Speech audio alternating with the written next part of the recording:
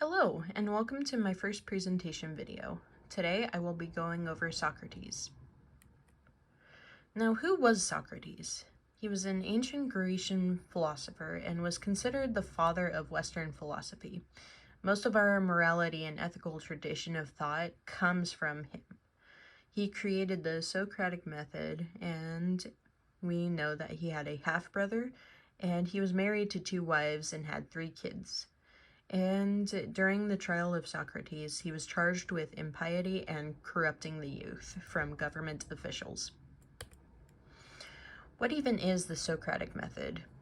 Well, it's the dialogue between the teacher and the student for critical thinking. To give you an example, Socrates would give out many questions, and all answers were considered acceptable unless they didn't have a good enough argument to support their claim.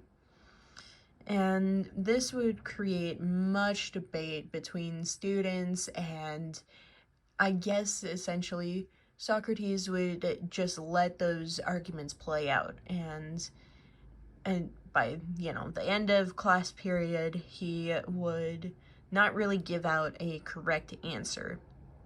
Sometimes the only correct answer would be the one that was left standing with the strongest argument, but sometimes they wouldn't always reach to that conclusion.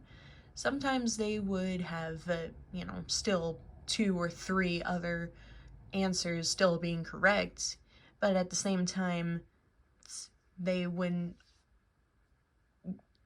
rule each other out. And sometimes in other classes, they wouldn't come to any type of conclusion, and it would just be left ambiguous. And that was all a part of his teachings, was he wanted students to think for themselves. He didn't want to give them answers. He didn't want to tell them, oh, you should think this way or that way, because that's not what science wants.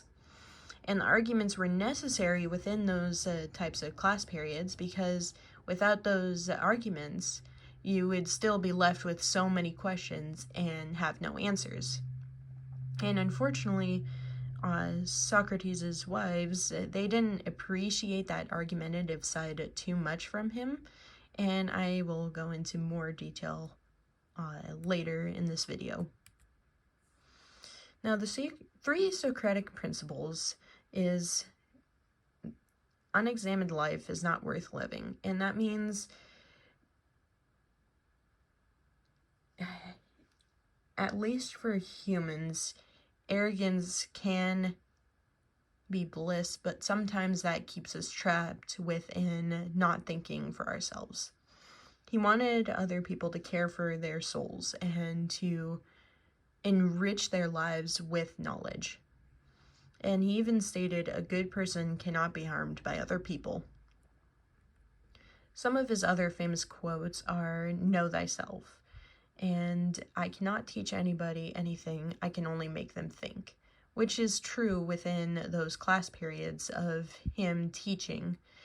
And he even didn't write a lot of his ideas down. It was mostly his students who kept track of all of those ideas, much like Plato did, and was considered one of his best students. But true wisdom comes to each of us when we realize how little we understand about life, ourselves, and the world around us. And this is true considering the critical thinking principles that he taught. We do know very little about a lot of the world around us, and to say that we do know everything or that we are experts, it doesn't count. And the little fun facts that I will end with today are Socrates, used to be a soldier, and he was bisexual and even loved another man, and I'm sure that's why one of his wives left him, was because he did a lot of drinking with his buddies when he could, but he did not dismiss the supernatural, and I find that very interesting considering that he was a part of ancient Greece and is considered the father of science.